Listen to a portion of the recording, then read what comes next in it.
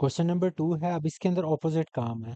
अब दो साइड्स दी हुई हैं, तो आपको एंगल्स निकालने हैं। जितनी भी अननोन साइड्स हैं, जितने भी अननोन एंगल्स हैं, एक एंगल का तो आपको पता होता है, गारंटी होती है कि एक जो बी एंगल है आपका, वो हमेशा 90 डिग्री होगा, क्योंकि राइट एंगल ट्राइंगल है।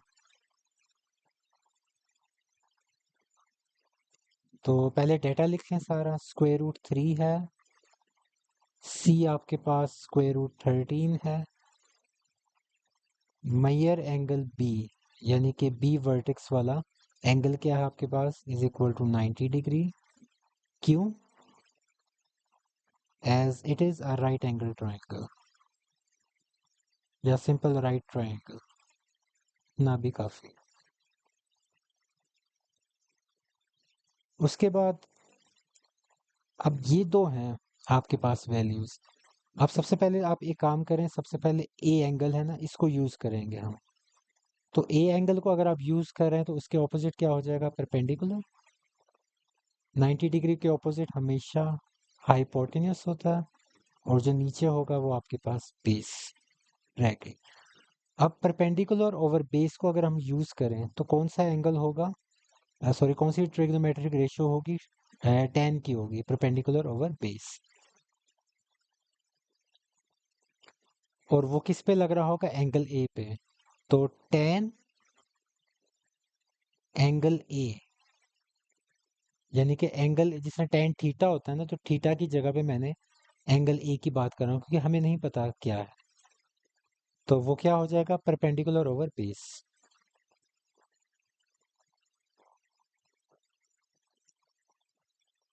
और परपेंडिकुलर आपके पास क्या है बुक के हिसाब से, square root 3 over square root 30।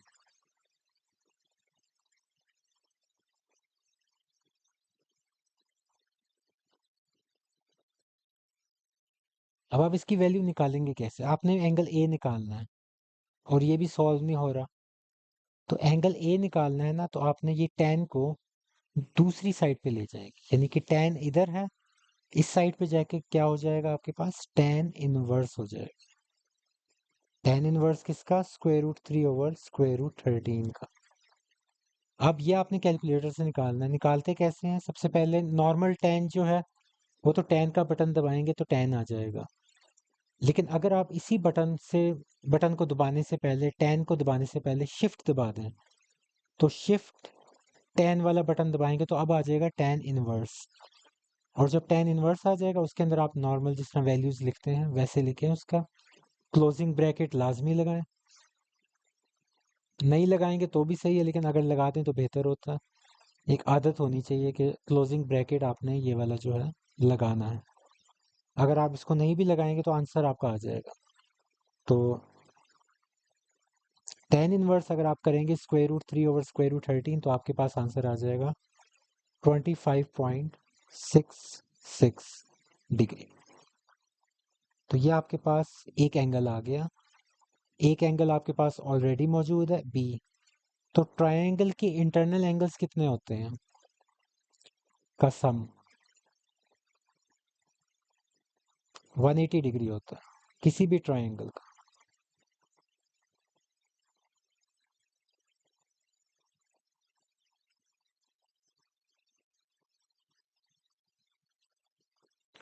यानी कि तीनों जो इंटीरियर एंगल्स हैं आप ट्रायंगल के, उनको अगर आप सम करेंगे, ऐड करेंगे, तो वो 180 डिग्री ही बनना चाहिए।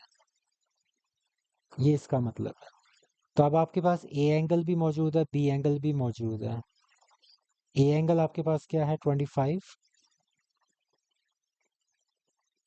मैयर एंगल बी आपके पास 90 डिग्री है। तो यहाँ से आप सी एंगल बड़ी आसानी से निकाल सकते हैं। तो 180 डिग्री माइनस 90 माइनस 25.66, तो ये आपके पास आ जाएगा 64.34। इन दोनों को ऐड करें, दूसरी साइड पे जाके सब्ट्रैक्ट कर दें, ये तो सिंपल सी चीज़ है, आप कर सकते हैं। तो आपके पास अब एंगल्स सारे आ गए, ये 25.6 और ये 64 और ये 90 डिग्री। अब बारी आ गई, आखिरी चीज़ है, वो है आपका ये वाली साइड। अब इस साइड पे आपकी मर्जी है कि आप इस साइड को पाइथागोरस थ्योरम से निकाल लें या फिर आप यहीं से कोई रेशियो निकाल लें, वो भी आपकी मर्जी है। तो मैं इसके लिए पाइथागोरस थ्योरम लगाना चाह रहा हूँ, तो वो भी लगा लेते हैं।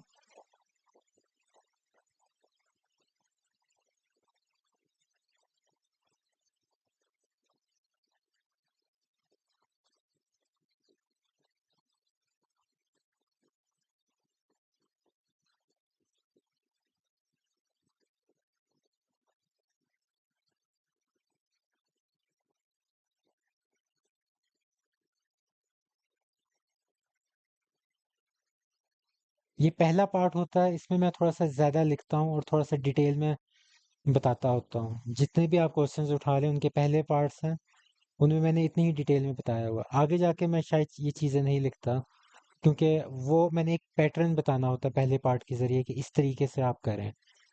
आगे टाइम की कमी की वजह से मैं आपको इतना ज़्यादा नहीं डिटेल में जाता होता, जो सेकंड, थर्ड, फोर्थ पार्ट होते हैं वो मैं जल्दी से जल्दी करवाता होता हूँ।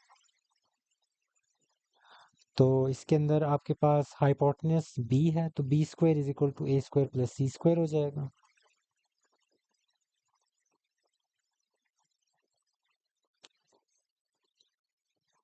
तो बी की वैल्यू क्या हो जाएगी, खाली स्क्वायर रूट इधर आ जाएगा जब यहाँ से स्क्वायर खत्म करेंगे।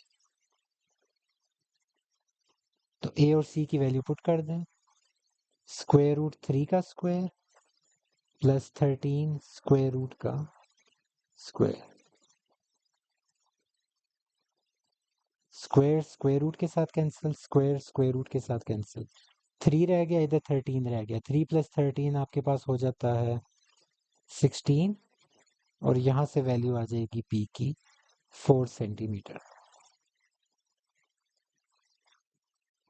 सेंटीमीटर, हाँ जी, सेंटीमीटर में यूनिट चल रहा है तो इस वजह से हम इसको सेंटीमीटर में ही आंसर देंगे। तो 4 सेंटीमीटर 25 64। डेसिमल के बाद जो आ रहा है वो इतना मैटर नहीं करता, कि up to 1 decimal place answer आपका ठीक होना चाहिए। जिस तरह अगर पीछे बुक के पीछे मैंने अभी देखा है तो उसमें 64.36 लिखा हुआ है, लेकिन 3 तो आ रहा है ना, काफ़ी है।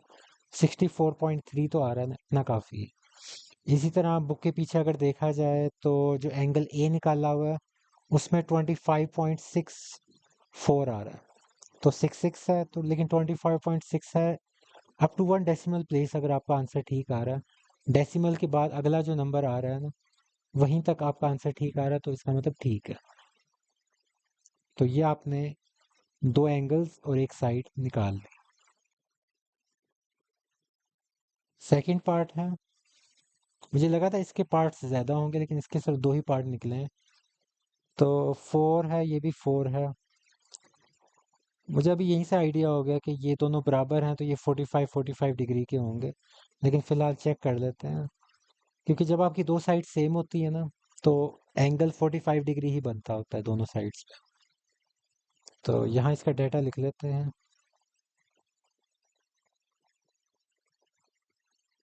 ए आपके पास 4 सेंटीमीटर है, सी भी आपके पास 4 सेंटीमीटर है। मेजर एंगल बी हमें पता है कि 90 डिग्री है,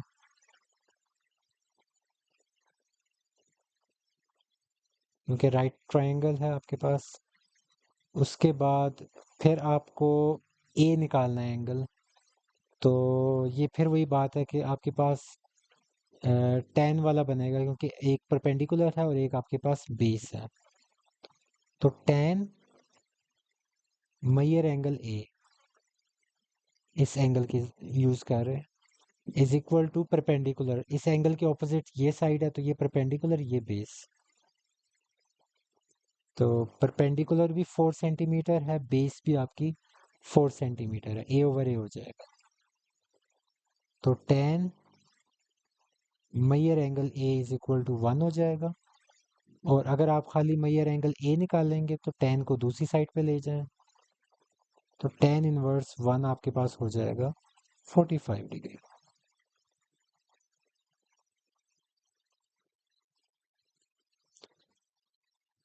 मेजर एंगल बी आपका 90 है, मेजर एंगल ए 45 डिग्री है। तो यहाँ से अब आप इसको यूज करें, जो हमने कहा था कि तीनों एंगल्स का सम 180 डिग्री होता है इंटीरियर एंगल्स का सम। तो मैयर एंगल ए प्लस मैयर एंगल बी प्लस मैयर एंगल सी, ये आपके पास क्या हो जाएगा? 180 डिग्री। ए आपके पास 45 डिग्री है, बी आपके पास 90 डिग्री है, सी हमने निकालना है।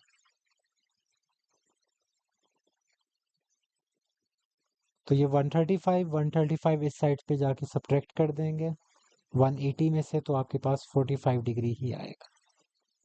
तो यहाँ से आपके पास दो एंगल्स आ गए।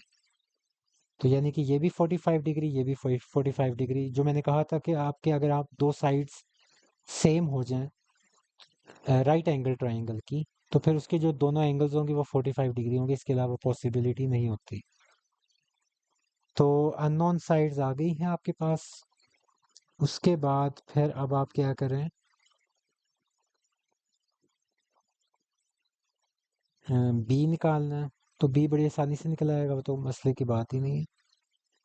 बी को निकालने के लिए आप या इस तरह यूज़ कर लें या इस तरह यूज़ कर लें, यानी कि परपेंडिकुलर ओवर हाइपोटेन्यूज कर दें, साइन का फार्मूला लगा दें साइन 45 का, या बेस ओवर हाइपोटेन्यूज करके कॉस 45 का एंगल यूज़ करके फार्मूला लगा दें।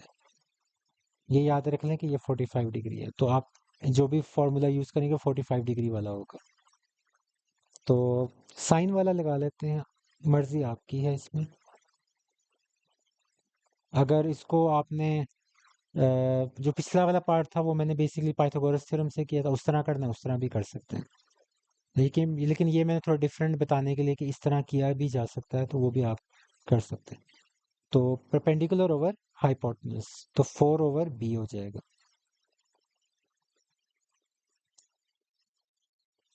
तो b को इधर ले आए,